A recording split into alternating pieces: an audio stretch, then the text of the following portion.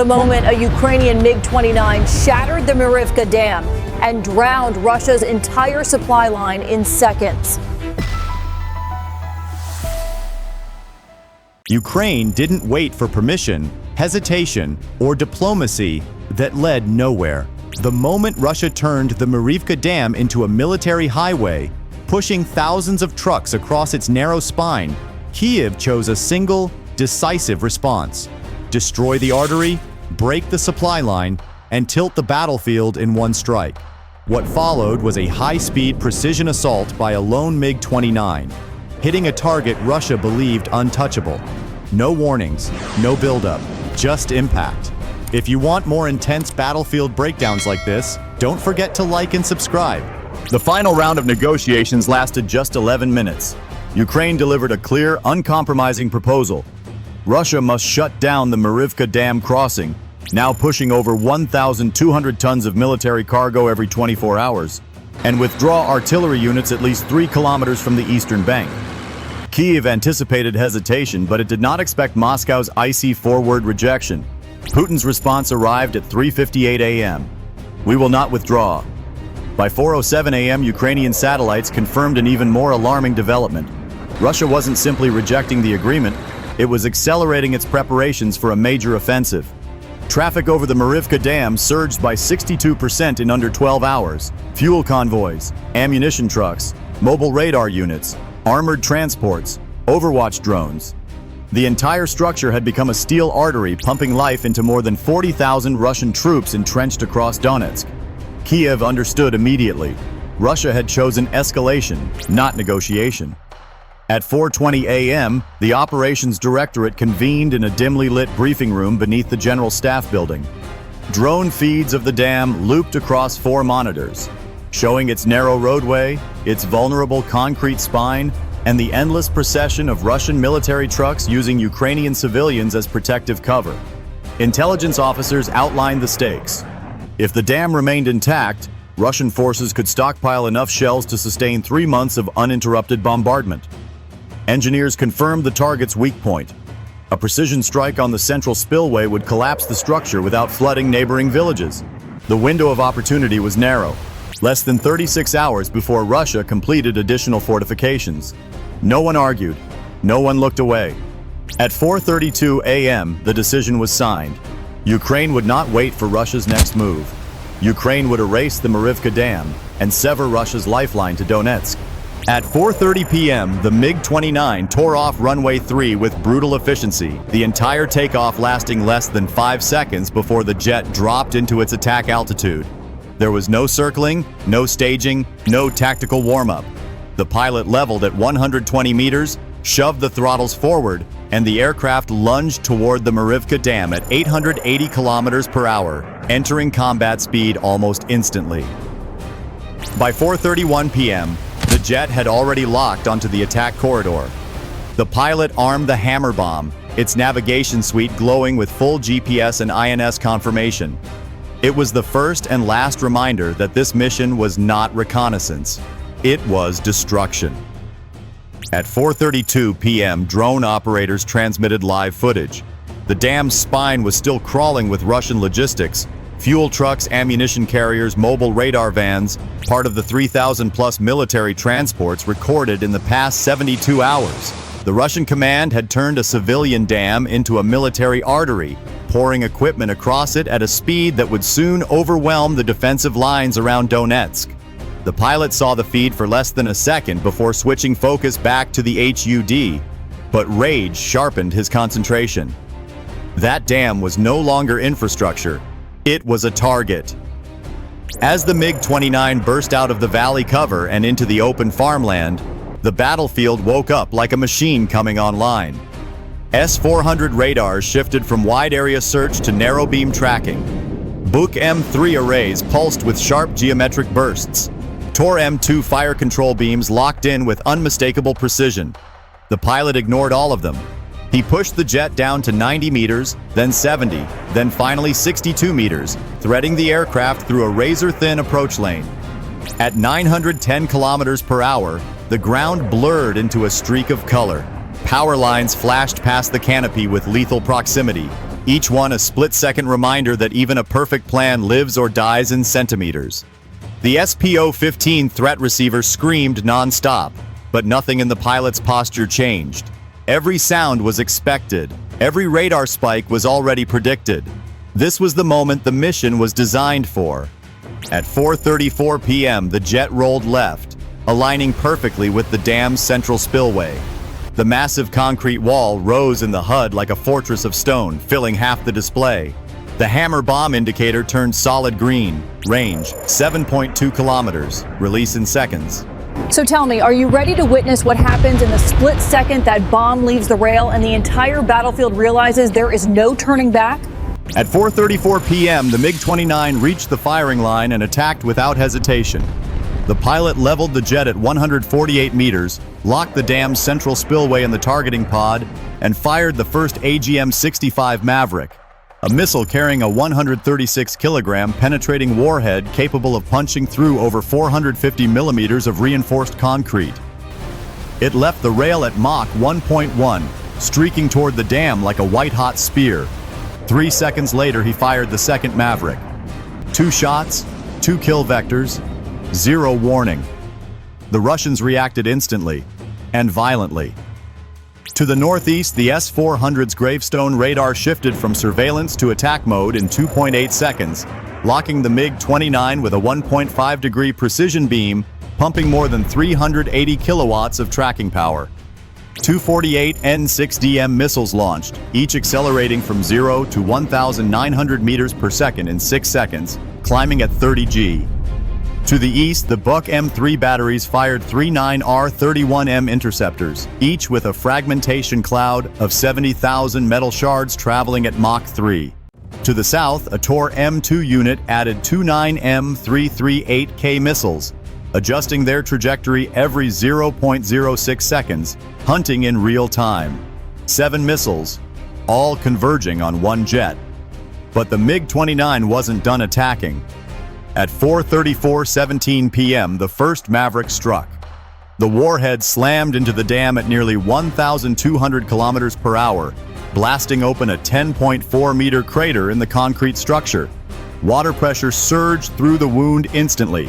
Then, 4 seconds later, the second Maverick hit lower and deeper.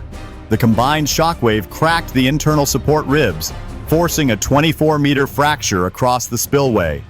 The entire central section shuddered under the force. Russian ground crews panicked. This wasn't harassment fire. This was a surgical execution. The air defense grid tightened again as missiles closed in. The pilot rolled left, dropping from 148 meters to 62 meters in less than a second, pulling a contour turn so sharp the jet's wings skimmed the wind shear coming off the terrain. One Buk interceptor overshot and detonated in a cloud of shrapnel. A Tor missile lost lock and fell into a field of broken wheat. But the 2 S-400 missiles, traveling at nearly Mach 5, continued chasing the jet's wake. The MiG-29 had delivered its blow. Now it had to survive the response. And in moments, those S-400s will decide whether Ukraine keeps its hero or loses him in the fire behind. The moment the second Maverick struck the dam, the MiG-29 was already fighting for survival. At 4:34:29 p.m., the S-400's pair of 48 N-6DM missiles closed from 28 kilometers down to 14, traveling at nearly Mach 4.8. Each warhead carried 182 kilograms of high fragmentation charge, enough to tear an aircraft apart without even scoring a direct hit. The pilot pulled the MiG-29 down to 58 meters, hugging the landscape so tightly that dust plumes trailed behind the jet's tail. The SPO-15 receiver pulsed with an unbroken warning tone. No direction, no spacing, only the electronic scream of death closing in. Ground-level turbulence hammered the fuselage. At 4:34:36 p.m., the first S-400 missile dove at the jet from a steep 32-degree intercept angle.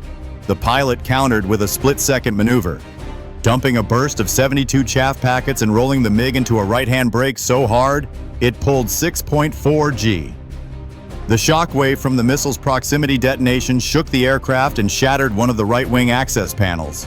The second missile corrected instantly, coming in low, trying to match the MiG's suicidal altitude.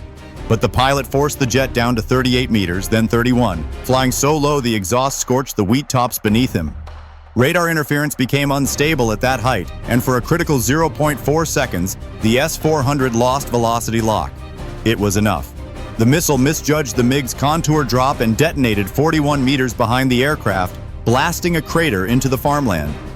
The jet was still airborne, shaken, damaged, but alive. He had survived 2 S-400s, 3 Buck M3's interceptors, and 2 Tor M2's missiles in under 27 seconds. But survival wasn't enough. He still had to get home, on a battered engine, low fuel, and a sky full of Russian radars hunting for revenge. By 4:35 p.m., the battlefield behind him was a chaos of smoke trails, missile debris, and rising dust columns. The MiG-29 climbed to 127 meters, enough for stable airflow but still hidden below most radar horizons. The pilot checked the gauges, fuel down to 1,980 kilograms, one hydraulic line flickering amber, and the right-wing access panel hanging loose. The aircraft could still fly, but only if treated with absolute precision. Russian forces were not giving up.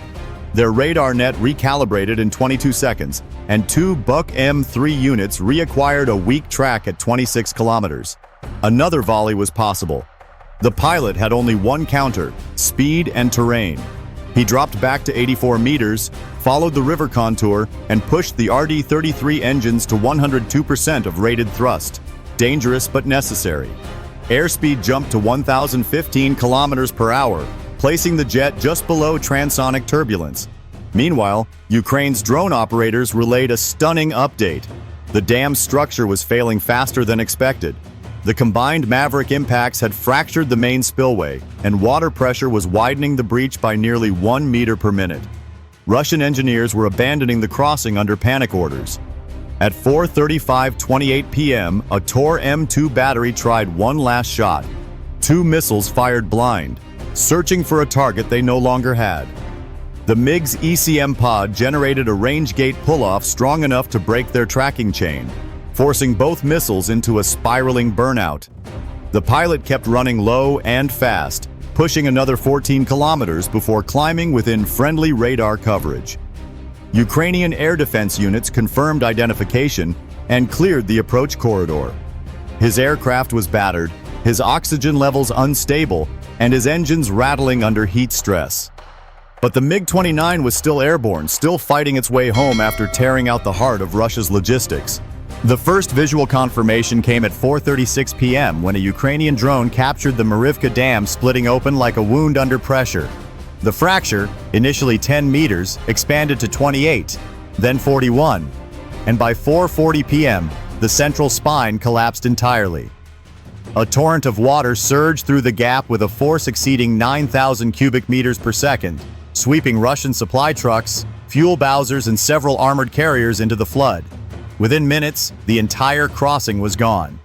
The artery that fed Russia's Donetsk front for 102 consecutive days was severed in under 4 minutes.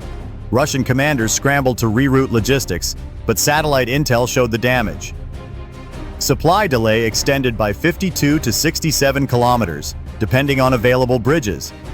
Artillery batteries reduced fire volume by 55% within the first 18 hours. Fuel shortages reported in 5 battalion groups. 1 BTG forced to halt operations entirely. The destruction of Mirivka wasn't symbolic, it was catastrophic. A single MiG-29 strike had achieved what weeks of ground pressure could not. It shattered Russia's momentum and exposed their dependence on a fragile civilian structure. By 5:02 p.m., Ukrainian High Command issued a statement. Mirivka is no more. Logistics have consequences. On social channels, the drone footage reached 1 million views in under an hour, showing the dam erupting in a geyser of concrete and water. Proof of precision, proof of resolve, proof that Ukraine could hit where it mattered most. And the pilot? He landed with a damaged wing, smoke trailing from his right engine, and less than 260 kilograms of fuel remaining. He stepped out exhausted, drenched in sweat, but alive, having just rewritten the battle map of Donetsk with 2 missiles and impossible courage. In the end, the strike on the Mirivka Dam was more than a mission. It was a turning point. With just 2 precision missiles, A single MiG-29 tore apart a logistics artery Russia had relied on for months, forcing an entire front line to recoil under the shock. The breach reshaped the battlefield in minutes, created chaos across Russian supply routes, and proved once again that technological discipline, timing, and unshakable resolve can outweigh even the most layered air defense network.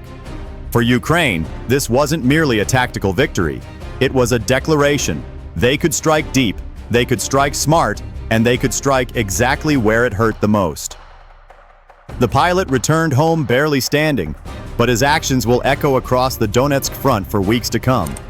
And now I want to hear from you. What moment in this operation hit you the hardest?